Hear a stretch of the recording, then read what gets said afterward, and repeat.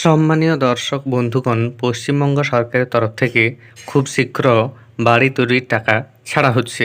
তার আগে উঠে এলো গুরুত্বপূর্ণ আপডেট।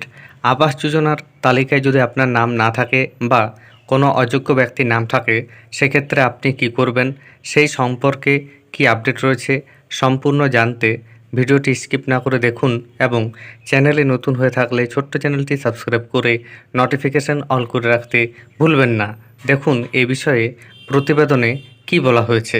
আবাস যোজনা প্রকল্পে চূড়ান্ত পর্যায়ের সমীক্ষার কাজ নির্ধারিত সময়ের মধ্যেই শেষ হবে বলে জানিয়েছে রাজ্য সরকার।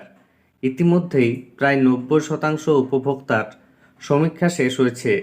14ই নভেম্বরের মধ্যে সমীক্ষা শেষ করার লক্ষ্যমাত্রা নেওয়া হয়েছে। পঞ্চায়েত দপ্তর নির্দেশ দিয়েছে চূড়ান্ত তালিকা প্রকাশের আগে উপভোক্তাদের প্রত্যেকটি তথ্য নিখুঁতভাবে যাচাই করবেন সমীক্ষকরা। উপভোক্তাদের নাম, ব্যাংক অ্যাকাউন্ট নাম্বার এবং আইডি সহ সব তথ্য নথিভুক্ত করার কাজে আরও বেশি সতর্ক থাকতে বলা হয়েছে। নামের তালিকা যাচাইয়ে সমস্ত তথ্য এবং আবেদনকারীদের এখনকার ঠিকানা, ছবি ও ভিডিও সংগ্রহ করে তা আপলোড করতে সমীক্ষকদের আরও নির্দেশ দেওয়া হয়েছে। ওই তালিকা গ্রামসভা এবং ব্লক স্তরের কমিটিকে দিয়ে অনুমোদন করিয়ে সংরক্ষণ করতে হবে। ডিসেম্বর মাসের মধ্যেই সরকার প্রথম কিস্তির টাকা দেওয়ার সিদ্ধান্ত নিয়েছে। সেই কারণে দ্রুত সমীক্ষার কাজ শেষ করার জন্য সমস্ত দপ্তরের কর্মীদের ময়দানে নামানো হয়েছে।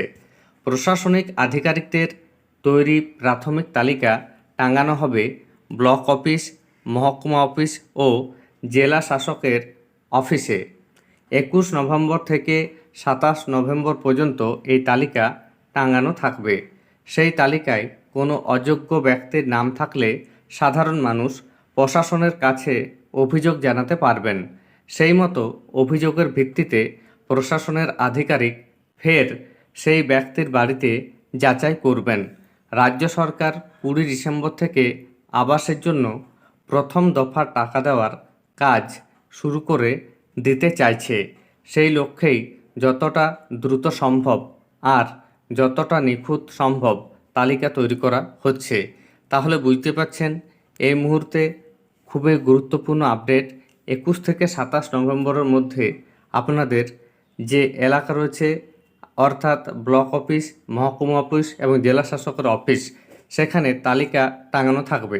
সেই তালিকায় যদি আপনাদের নাম না থাকে অথচ আপনি দেখতে পান যে কোনো অযোগ্য ব্যক্তির নাম সেই তালিকা রয়েছে, তাহলে আপনারা অভিযোগ জানাতে পারবেন। ধন্যবাদ।